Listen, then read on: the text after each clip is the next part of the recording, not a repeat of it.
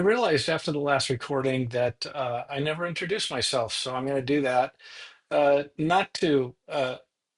Not that I want people to know who I am as much as I want people to know the truth. And I figure if I share some of my testimony, I'm doing it in the hope that it will build the integrity that will open up your heart to experience the Lord in deeper measure. Um, that's why I'm doing it. So I'm Rich Russell. I was born again, radically born again, almost 45 years ago. I was born again behind a bar while I was on shift. And then a couple weeks later, I actually met Jesus and it transformed my life. There's no other way to put it. But then a couple months after I got saved, I got fired from my job and couldn't understand why.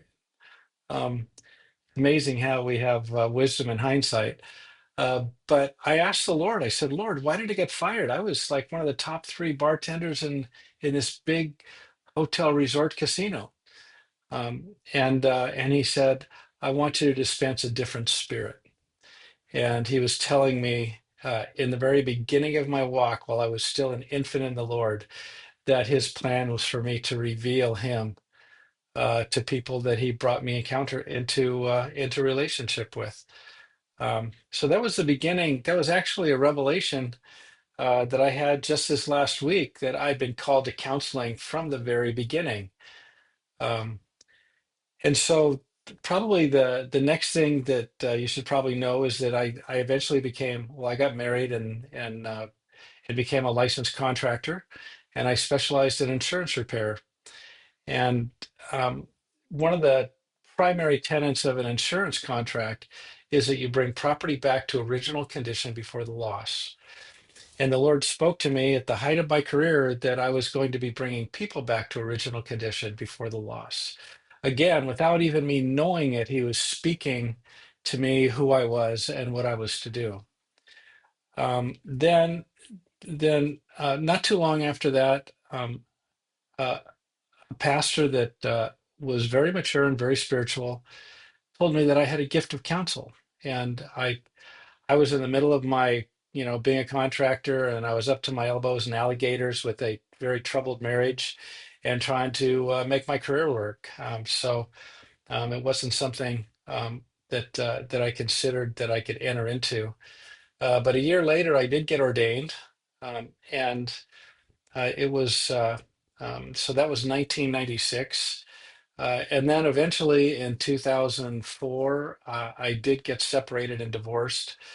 But I ran into a pastor that was actually Jesus in the flesh. And he was probably the perfect counselor.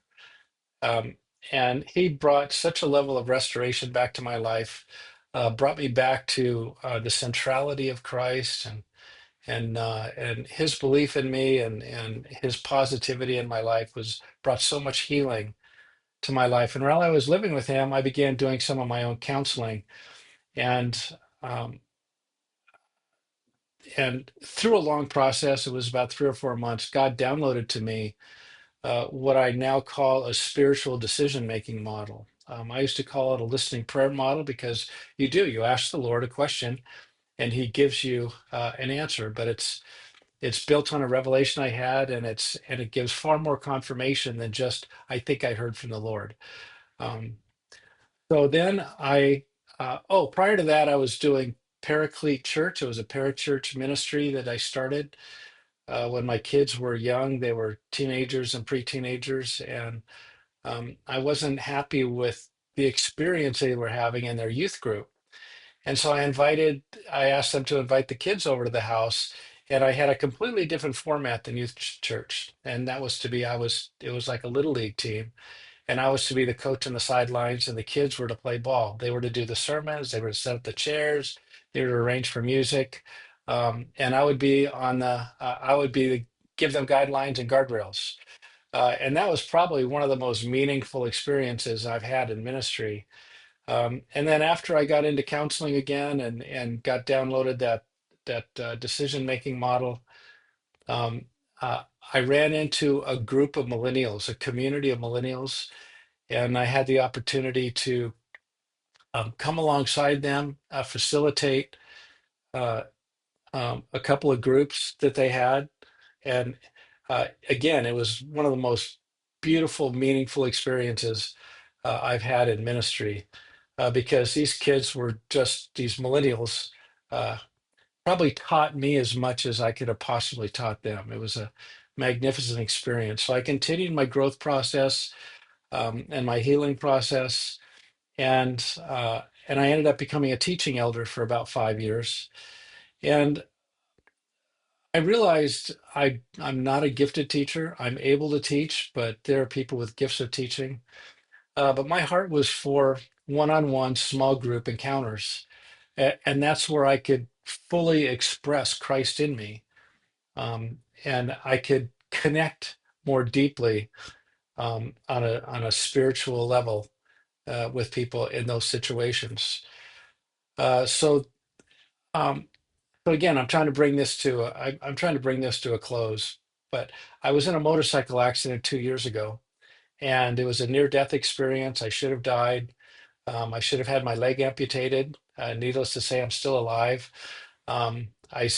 Still have both legs, and I can just about walk without a limp. And they told me it might be a year before I even walked, and yet I was off my cane in 4 months. But that was a journey for me, not only of supernatural physical healing, but taking me so deep. I call it being in God's supernatural school of counseling, and the inner healing and the revelations that he's given me in the last year, um, kind of motivated me to do this podcast.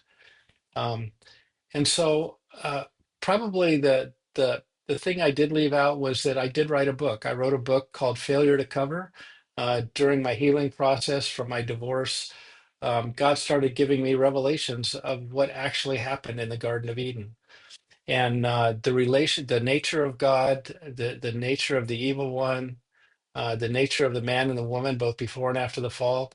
And it was profoundly healing to me, not only spiritually, but from my walk with God. It's like, why why were all these things being taught that were contrary to what really happened in the garden? Because the Garden of Eden, as I said in the original video, is the seed and the plumb line for all truth. So that's pretty much been my journey. And I'm looking forward to doing a deep dive on the garden story, so that you can have a more fulfilling relationships and a better quality of life. So I do want to give you a teaser. Um, this is kind of the tip of the iceberg that exposes um, where we're going with this podcast and with this book. And that is that Adam, the man, remember, so I'll tell you this. Adam in Genesis 1:27, God specifically says it. He calls them Adam. Male and female, he called them Adam. So there was a oneness in them from the very beginning. And chapter 2 is simply unpacking that oneness, uh, that was theirs from the beginning. But when it comes time to the fall and the encounter at the tree, this is the key that I want you to know, that's going to open up the door to everything else we talk about. And that is, the man sinned before either the man or the woman ate the fruit of the tree. There's been so much wrong doctrine and wrong teaching and misogyny toward women, um, men not taking full responsibility for their walk with God, and blaming the devil and blaming anybody but themselves. Um, Theology teaches that Adam was bad, but they deflect the depravity of um, uh, of the fallen nature of the man. So this is what happened when the man was with the woman, when the serpent approached um, Eve and said and started lying to her. He was listening. The man was listening, and he said nothing. Now, the Bible says that the woman was deceived, but the man was not. In other words, the man heard it, he knew it was a lie, and he still didn't say anything. And you have to ask the question, why? Um, and You have to ask the question, how was Eve deceived? But the book of James says, he who knows the right thing to do and does not do it, to him it is a lie. And that's where the sin came in. The original sin was man not addressing the serpent when he was lying to Eve.